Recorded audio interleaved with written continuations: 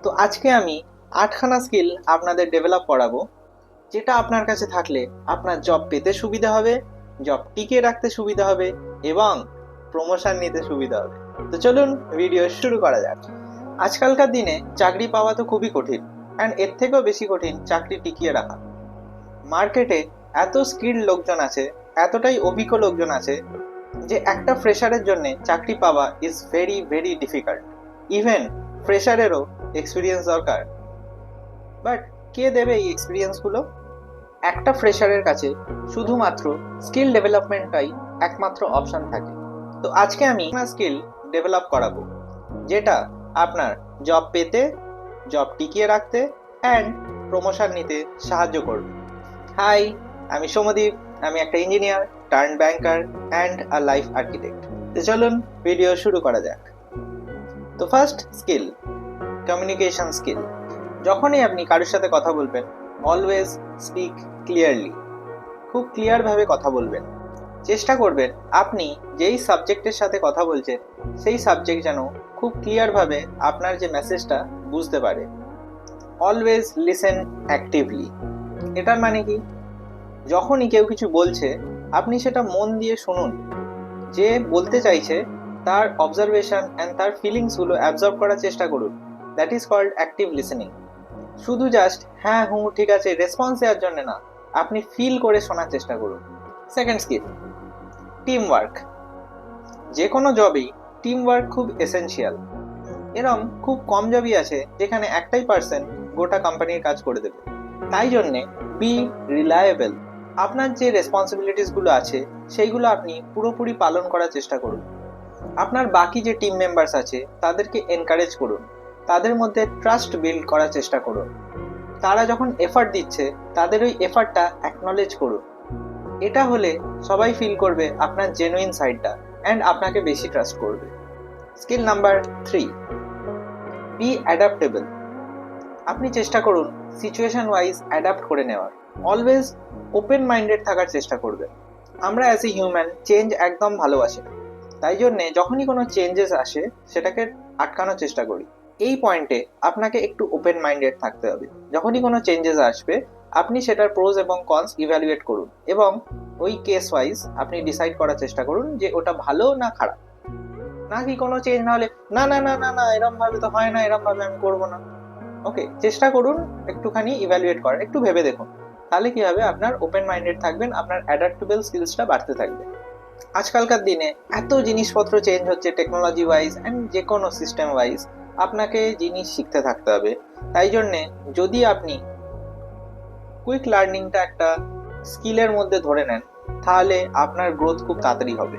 And quick learning basically যখনই কোনো change আসবে সেটাকে আপনি একটা গ্রোথ অপরচুনিটি হিসেবে দেখার চেষ্টা করুন, যে বাহ এটাও আমি শিখে যাব, এটা তো শেখার একটা সুযোগ আছে জিনিসটা। এইভাবে যখন আপনি পজিটিভ ভাবে দেখবেন তখন কোনো চেঞ্জেস আসলে আপনার নেগেটিভ ফিল হবে না। Skill number 4, problem solving. যে কোনো বড় প্রবলেমকে আপনি স্মল পিসেসে ছোট করে ভেঙে নিন। সাপোজ একটা প্রবলেম হলো আপনার ফোন স্লো চলছে। তো ওয়াই? আপনার ফোনে হয়তো র্যাম কম। ওয়াই? বিকজ আপনি যখন ফোন কিনেছিলেন তখন ওটাই ম্যাক্সিমাম র্যাম ছিল। ওয়াই? বিকজ টেকনোলজি ওই সময় অতটাই ছিল। তো যখন আপনি ছোট ছোট পিসেসে ওয়াইতে ভেঙে নেবেন যে কোনো প্রবলেম, আপনার অ্যানালাইজ করতে অনেক সুবিধা হবে, আপনি রুট কজ অফ দ্য প্রবলেমে পৌঁছতে পারবেন। সেকেন্ড হচ্ছে, যে কোনো প্রবলেম ভাবার সময়তে একটু ক্রিয়েটিভ ভাবে ভাবুন। আমাদের ব্রেনেতে যে যে কনস্ট্রেন্টস আমরা বসাই সেই কনস্ট্রেন্টসের জন্য আমাদের ব্রেন প্রবলেমটা ওইটুকু জায়গাতেই সলভ করার চেষ্টা করে। যদি আপনি কনস্ট্রেন্টসগুলো রিমুভ করে দেন, ব্রেনের এবিলিটি অনেক বেশি হয়ে যাবে। ব্রেন আরও ইউনিক সলিউশনস বার করার চেষ্টা করবে। তাই জন্য অলওয়েজ চেষ্টা করুন thinking out of the box. এটা কিছুই না, জাস্ট কনস্ট্রেন্টসগুলোকে রিমুভ করা। এবারে কনস্ট্রেন্টস কিভাবে বুঝবেন? যে আমার যদি আজকে ফোন চেঞ্জ করতে হয় তাহলে আমায় কি জিনিস আটকাচ্ছে। এবারে skill number 5, time management. Time management যদি জাস্ট একটা কথাতেই বলা হয় সেটা হচ্ছে প্রায়োরিটাইজ করুন। খুব রুথলেস ভাবে প্রায়োরিটাইজ করুন। আপনার জন্য যেটা ইম্পর্টেন্ট জিনিস সেটাকে 1 নম্বরে রাখুন। এটার জন্য আপনাকে ভেরি ক্লিয়ার থাকতে হবে যে আপনার জীবনে কি কি ইম্পর্টেন্ট জিনিস। সাপোজ আপনি লেট হয়ে গেছেন অফিসে যাওয়ার জন্য অ্যান্ড আপনার ফোনেতে খুবই কম চার্জ, মেবি 2%। কিছুক্ষণ পরই আপনার ফোন ডেড। তো আপনি তখন কি করবেন? ফার্স্ট ফোনে চার্জ বসাবেন, নাকি আপনি অফিসের জন্য তাড়াহুড়ো করে বেরিয়ে পড়বেন? তো এরকম সিচুয়েশনে আপনাকে ভেবে বার করতে হবে যে আপনার জন্য প্রায়োরিটি কোনটা। যদি হয়তো অফিস যাওয়ার পথেই আপনার একটা মিটিং অ্যাটেন্ড করার থাকে, তাহলে অবশ্যই আপনার ফোন চার্জ দেওয়াটা বেশি প্রায়োরিটি হবে। এবং যদি এরকম হয় যে আপনি অফিস না পৌঁছালে অ্যাবসেন্ট হয়ে যাবেন, তাহলে অফিস পৌঁছানোটা বেশি প্রায়োরিটি হবে। অ্যান্ড এই প্রায়োরিটাইজেশন জিনিসগুলো শুধুমাত্র আপনিই কিন্তু ডিসাইড করতে পারবেন। নেক্সট হচ্ছে স্মার্টভাবে প্ল্যান করুন। আমাদের আজকালকার জীবনে এত ছোট ছোট জিনিস আছে যে সেগুলো করার জন্য সাফিসিয়েন্ট টাইম নেই। আমাদের আগের জেনারেশন যারা ছিল তাদের জীবনে অনেক বেশি সময় ছিল। কেন? বিকজ তাদের এক একটা টাইম হেড কম ছিল। এখন জিনিস এত বেড়ে গেছে যে একটু একটু করে সবকিছুই টাইম কনজিউম করতে থাকে। বেশি জিনিস ইকুয়ালস টু বেশি টাইম কনজাম। আপনি যদি টাইম ম্যানেজমেন্টের ব্যাপারে অনেক ডিটেলসে জানতে চান, তাহলে অবশ্যই আমার টাইম ম্যানেজমেন্টের ভিডিওটা চেক করবেন। এবার আসি স্কিল নাম্বার 6, ইমোশনাল ইন্টেলিজেন্স। এই জিনিসটা অনেকজনের কাছে ডিফিকাল্ট। ইমোশনাল ইন্টেলিজেন্সের ফার্স্ট স্টেপ হচ্ছে নিজেকে ভালোভাবে চেনা। কোন জিনিসটাতে আপনার কি ফিল হয়, কি জিনিসের জন্য আপনার কি ইমোশনাল রেসপন্স ট্রিগার হয়, সেটাকে ফিল করা এবং বোঝা খুব জরুরি। ইমোশনাল ইন্টেলিজেন্স কোনো একটা ভিডিওতে তৈরি হবার মতন স্কিল নয়, বাট আপনি একটা জিনিস ট্রাই করে দেখতে পারেন যেটা আপনার হেল্প হবে। যখনই আপনার রাগ, ভালো লাগা, দুঃখ ইত্যাদি ফিল হবে, তখন নিজেকে একটু থামিয়ে একটু ফাঁকা স্পেসে নিয়ে গিয়ে আস্ক করুন যে আপনার কি ফিল হচ্ছে এবং কেন ফিল হচ্ছে। This can be a very good start, যেখান থেকে আপনি নিজেকে বোঝা চালু করতে পারবেন। অ্যান্ড আর একটা জিনিস হচ্ছে এমপ্যাথাইজ।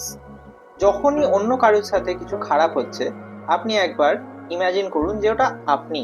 তো আপনার সাথে হলে আপনার কিরকম ফিল হতো। যখনই আপনি নিজেকে পুট করে ওই থার্ড পার্সনের জায়গায় বসাবেন, আপনি ফিল করতে পারবেন এক্স্যাক্টলি। এতে কি হবে, আপনি অন্যদের পেন এবং প্রবলেমসগুলো রিয়েলাইজ করতে পারবেন। This will make you extremely emotionally intelligent. Next আসি skill number 7, work ethic. Work ethics একটা entirely huge thing, but in short যদি বলা যায়, অলওয়েজ অনার ইয়োর কমিটমেন্টস। আপনি যে জিনিসটা কথা দিচ্ছেন সেই কথাটা রাখার চেষ্টা করবেন। আপনি যদি কথাই না রাখেন, তাহলে আপনাকে কেউ কেন ভ্যালু দেবে? অ্যান্ড চেষ্টা করবেন আপনাকে যদি এক্স কাজ করতে বলে, আপনি X+1 কাজ করার চেষ্টা করুন। এতে আপনি নোটিসড হবেন এবং খুব কুইকলি প্রমোশনের জন্য এলিজিবল হবেন। তবে হ্যাঁ, প্রমোশন শুধুমাত্র কাজ দিয়েও না, কাজ দেখিয়েও করতে হয়, but that is a totally different thing, যেটা আমরা পরে কখনো ডিসকাস করব। এবার আসি স্কিল নাম্বার 8, কনফ্লিক্ট রেজলিউশন। যখনই আপনি কাজ করবেন অথবা কাজের জগতে এন্টার করবেন, অলওয়েজ আপনাকে কনফ্লিক্ট ফেস করতে হবে। আপনার বস হয়তো বলতে পারে যে আজকের মধ্যে আপনাকে 5টা প্রোডাক্ট ডেলিভারি দিতে হবে, বাট আপনার হয়তো লাগছে যে আপনি কেবল 2টোই করতে পারবেন। তো হয়ে গেল না কনফ্লিক্ট? আপনি কি করে 5 এবং 2 ম্যাচ করাবেন? তো ফার্স্ট পয়েন্ট যেটা আপনাকে মাথায় রাখতে হবে, যখনই কোনো কনফ্লিক্ট আসবে, অলওয়েজ ফার্স্টে রেসপন্স করবেন না। জিনিসটা অ্যাবজর্ব করুন, আপনি সময় দিন, ফার্স্টে হ্যাঁ বলুন অথবা শুনে নিন। আপনাকে যদি সঙ্গে সঙ্গে বলে অ্যান্ড আপনি সঙ্গে সঙ্গে রিজেক্ট করেন, this will lead to a quarrel. এটা থেকে জিনিসপত্র এসকালেট করে যেতে পারে বাজে ডিরেকশনে। তাই জন্যে অলওয়েজ জিনিসটা ওয়েট করুন, বুঝুন অ্যান্ড দেন রেসপন্স করুন। ফর এক্সাম্পল, আপনাকে যদি 5টা জিনিস করতে বলে, বাট আপনি হয়তো দেখছেন যে 2টো জিনিসই পসিবল। কেন সেই 2টো জিনিস পসিবল অ্যান্ড 3টে জিনিস পসিবল না, এর আনসারটা আগে আপনি প্রপারভাবে রেডি করে রাখুন, logically, not in a very harsh অথবা অ্যাঙ্গারের সাথে এক্সপ্রেস করবেন। এইভাবে আপনাকে খুব ট্যাক্টফুলি একটা ব্যালেন্স বজায় রাখতে হবে। আর একটা জিনিস যেটা থেকে আমি অনেক হেল্প পেয়েছি, সেটা হচ্ছে অলওয়েজ একটা কমন পাথ বার করুন যেখানে উইন উইন সিচুয়েশন আসবে। যদি আপনি বলেন যে আপনি 2টো প্রোডাক্টই ডেলিভারি করতে পারবেন, তাহলে আপনার এখানে উইন হচ্ছে, বাট হয়তো আপনার বসের লস ফিল হচ্ছে। ওয়ারাস যদি আপনি বলেন যে আপনি 5টা প্রোডাক্ট ডেলিভারি করবেন, তাহলে আপনার বসের উইন ফিল হচ্ছে, বাট আপনার হয়তো লস ফিল হচ্ছে। এই জিনিসটা থেকে আপনি টোটালি এড়িয়ে যান। মেন ট্রিক এটাই যে নাইদার পার্টি শুড লুজ। এই দুটো এক্সট্রিম পয়েন্ট থেকে আপনি যদি বেরিয়ে যান, দেয়ার ইজ ইয়োর সলিউশন। তো এই ছিল আমার 8খানা স্কিলস, যেটা ফলো করলে আপনি জব লাইফে অনেক বেশি ইজিলি ন্যাভিগেট করতে পারবেন। তো আই হোপ আপনার এই ভিডিওটা হেল্পফুল লেগেছে। যদি আপনার মাথায় এমন কেউ থাকে যে এই ভিডিওটা দেখলে উপকৃত হবে, তাহলে অবশ্যই তাকে ফরওয়ার্ড করে দিন। এবং এরম আরও ভিডিও দেখার জন্য আমার চ্যানেলটা সাবস্ক্রাইব করে নিন।